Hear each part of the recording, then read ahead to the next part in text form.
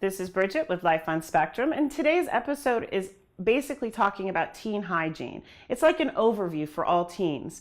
With previously episodes, we've actually talked about growing up with hygiene and figuring out the different steps as they were younger. But as teens, they want to try to be independent, but there are times that you're going to have to step in. So hopefully these little hints will help you. First and foremost, as they were younger, I told you to even have like a schedule or a routine with Velcro. And then I also said that you could progress into having something laminated in the shower in the bathroom. As a young teen, I would suggest that you do something like that similar too. It could be smaller though, like a 3x5 card. Just laminate it and have it so they visually know the checklist in their mind of what they have to do. And then you can even move to like a little sticky note. When my son was like 16, 17, 18, I would just leave little sticky notes as a reminder in the bathroom little mirror or the wall, just saying, remember to brush your teeth or remember to shave tonight. The other thing I wanted to mention too about hygiene for any teens is shaving. Now there's a couple different things I want to mention to you. First and foremost, you should create a schedule for shaving just like anybody else. The first thing, what I mean by that is maybe you should make like Sundays and Thursdays shaving night. Now, I know some people grow hair longer than, faster than others, but try to have a routine, whether it's like Monday, Wednesday, Friday, or Monday, Thursdays, but keep that routine. If you keep that routine, it's going to be something that they're going to use for the rest of their lives. So use Thursdays as shaving day. That means either shaving their legs and their armpits for the ladies, or they can shave their facial hair for the men.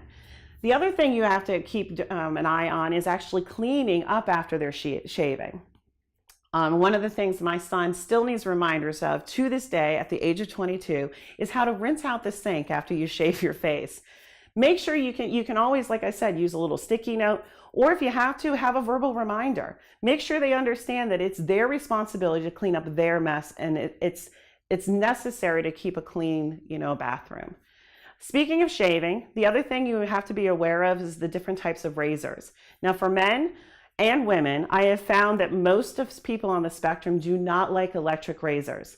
The vibration and the buzzing sound is not, acceptable to them. So keep that in mind before you go out and buy an expensive razor that's electric. You may want to try somebody else's or their dad's or somebody else's to check before you spend that money, because a lot of times they don't like it. They also say a lot of times it pulls, and I don't know if it actually pulls on them or if it's just something that they seem to feel or sense a little differently than everybody else. As far as the men, my son actually likes the 2 or 3 different level razors because he says it doesn't pull and they last a little longer. And for the ladies, I would suggest any of the razors that actually have the soap that surround it. And the reason is that way it's smoother and it's less chances of cutting yourself, especially on your legs where they're nice and curvy. So those are my suggestions with teens and shaving. But also, like I said, with the hygiene, don't be embarrassed to tell them when they stink. They need to know. Don't be embarrassed, and remind them about different types of deodorant. If they don't like one kind, try a different one.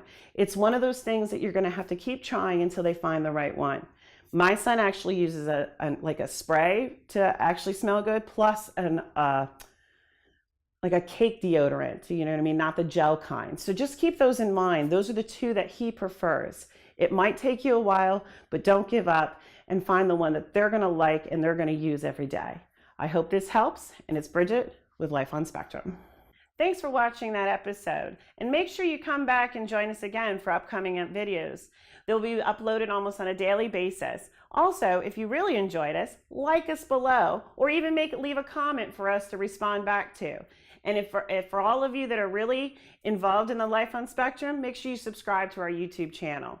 We appreciate you. We hope that this is worthwhile for you, and we'll see you next time on Life on Spectrum.